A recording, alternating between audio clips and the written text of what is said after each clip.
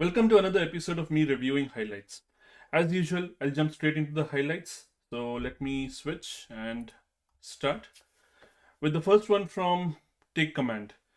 The next time you perceive a negative thought, consider it a warning sign. First, stop and challenge yourself. Ask, what is this thought telling me? Then ask yourself, what do I need to do now?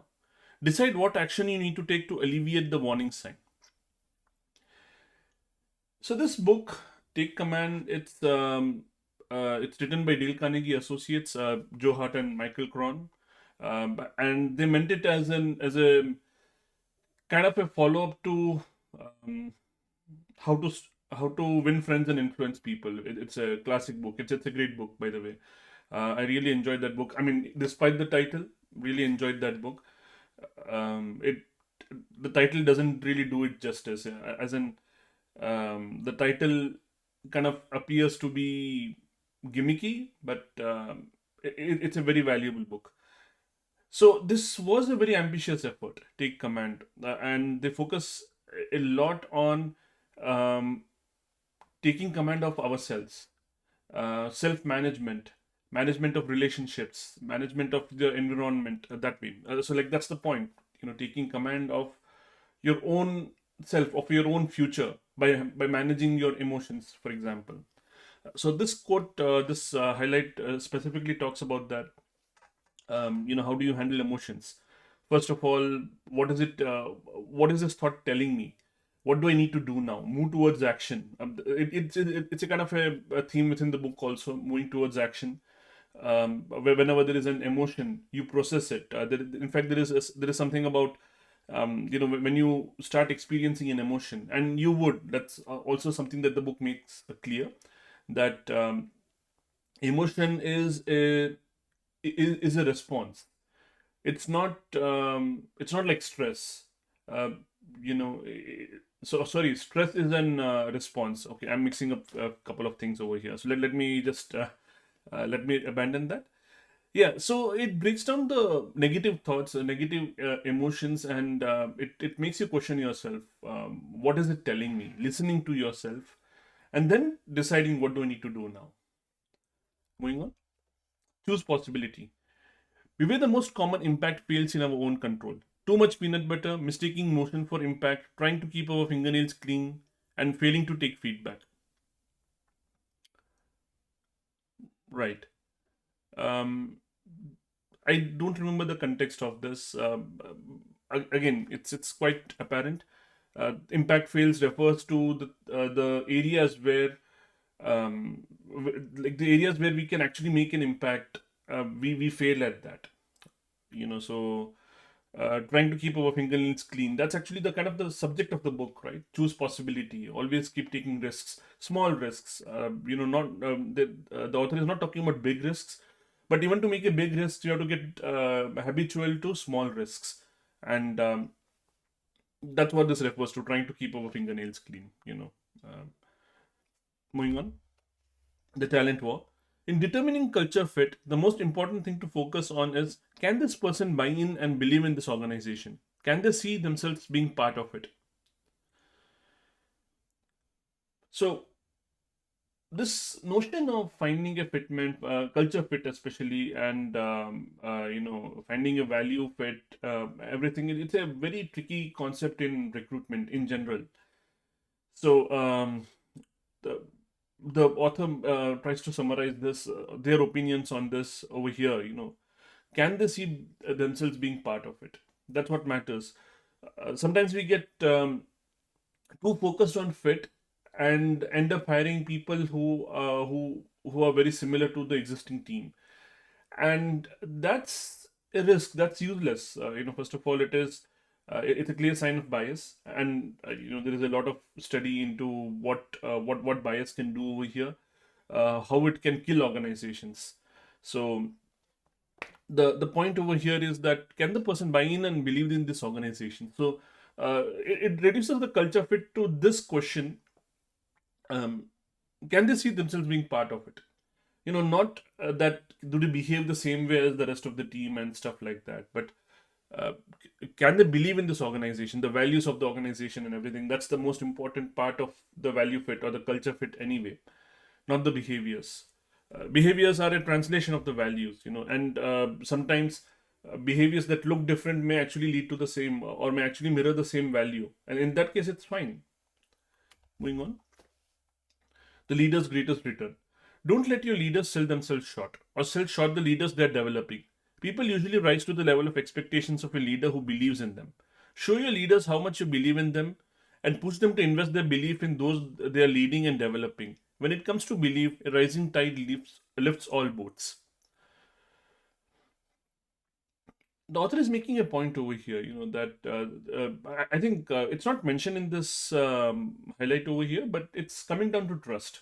And sometimes you have to give trust proactively without, that notion of having to earn trust before you give it and all of it. Like that, that's not what the author is talking about. In fact, if you keep waiting for them to earn trust, that may never happen, and you may lose somebody who has a lot of potential. So you start with setting expectations accordingly. The expectations that you set on your leaders, and your belief in them. I think belief is over here. Yeah, belief. So I think another word for trust as well. So um, you believe in them. You set realistic expectations, challenging ones and realistic ones, and then leave it up to them. So the author says over here, people usually rise to the level of expectations of a leader who believes in them. So yes, it's the our job as a leader to set high expectations, something that pushes them, something that makes them want or have to reach up a little more. Moving on, kill it with fire. Popular culture sells the myth about lazy, stupid, uncaring bureaucrats. It's easy to dismiss people that way. Buying into the idea that those kind of problems are really character flaws means you don't have to recognize that you've created an environment where people feel trapped.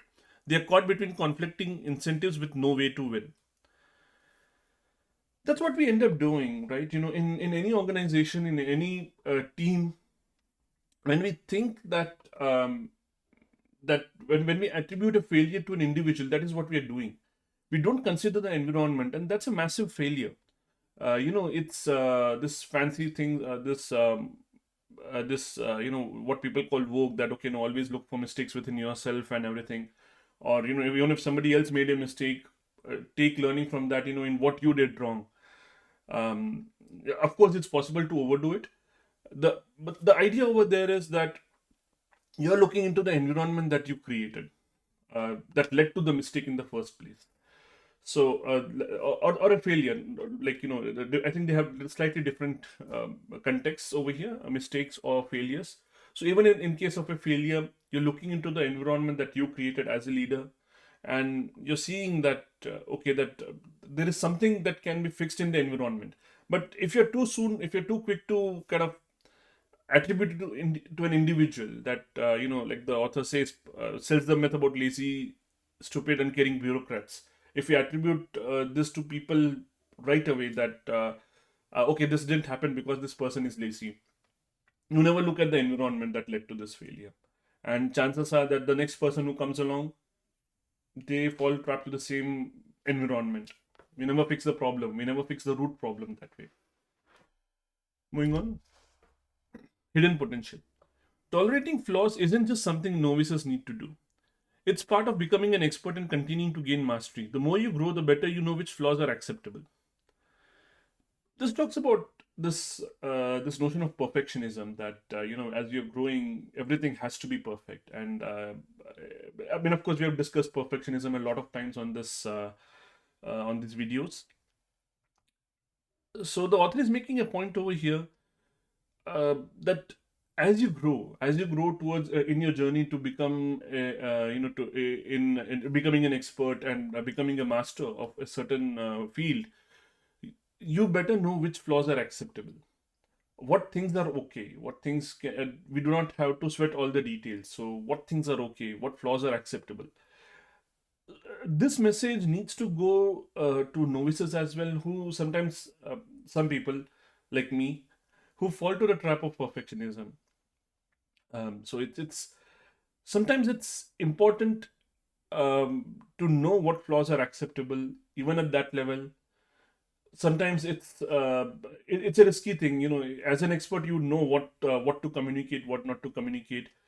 um, yeah, it's a whole that's the challenge of being an expert, right? But well, yeah, I think I'm ranting now.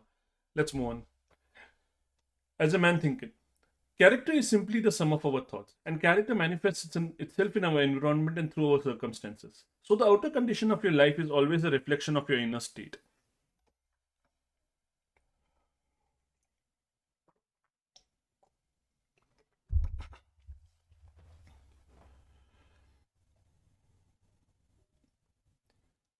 I'm not really sure what to say about it.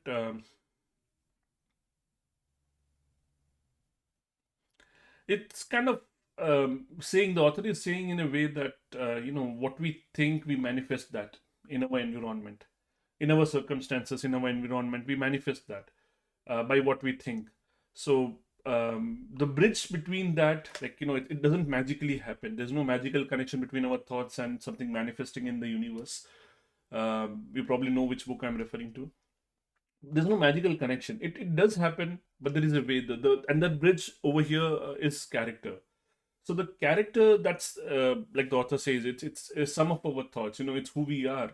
Our thoughts make us in that way. Our thoughts, when translated into action, that becomes our character. That's how that character manifests into our environment, through our actions and through our circumstances. Uh, what we experience day to day, or even occasionally. So the outer condition of your life is always a reflection of your inner state, of your thoughts. Um, it's kind of coming back to say that. Although I think it's a very reductive view, what I just described. I think this can be interpreted in many different ways. This is what comes to my mind right now. I'm sure there is always another perspective over here which we can use and say that, okay, what does it mean that the outer condition of our life is a reflection of our inner state? What does that mean? Um, anyway, yeah, let's move on. Principles. Most people found that having this information out in the open for everyone to see was more liberating than constraining, because when it became the norm, people gained the sort of comfort that comes with just being themselves at work, that family members have with each other at home. So, uh, there is this. This refers to the openness that the author built in their organization. Um, I think, I'm not very sure. I think it's called Bridgewater Associates, the authors organization, and over there is this thing of, everything is public. I think except like a very very short list of things, everything is public, and I think that's what the author is making a point.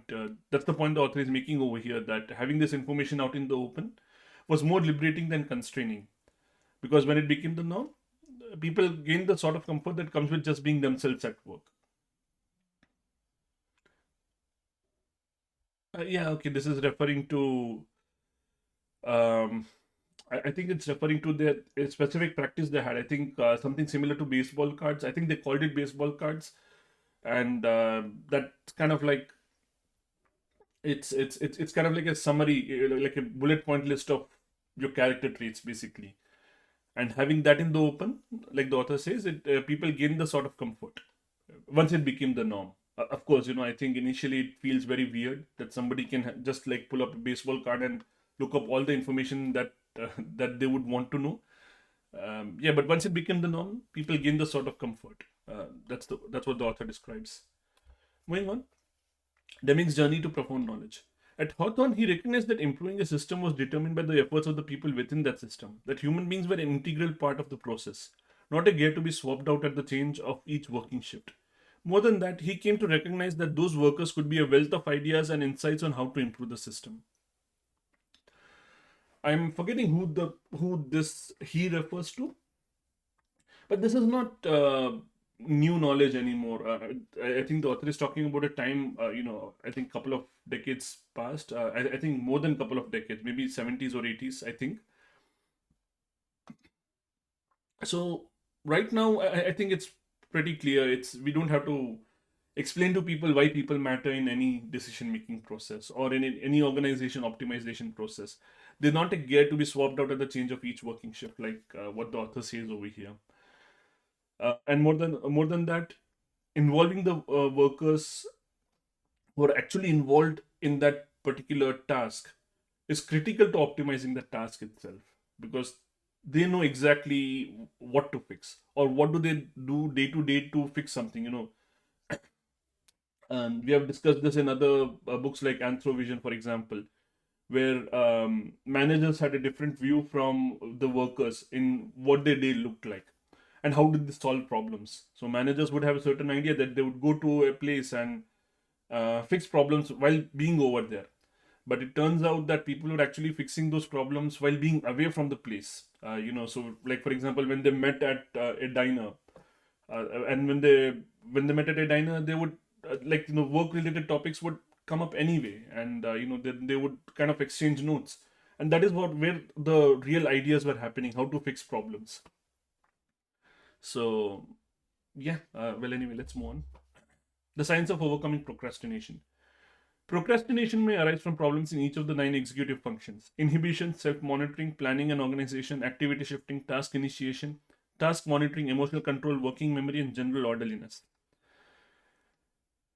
I really don't know what to say to this. It's a list. I think I highlighted this for the value of the list. But again, in itself, there's not much to talk about it, um, except that I like lists. So, um, so that I think is the end of the highlights today.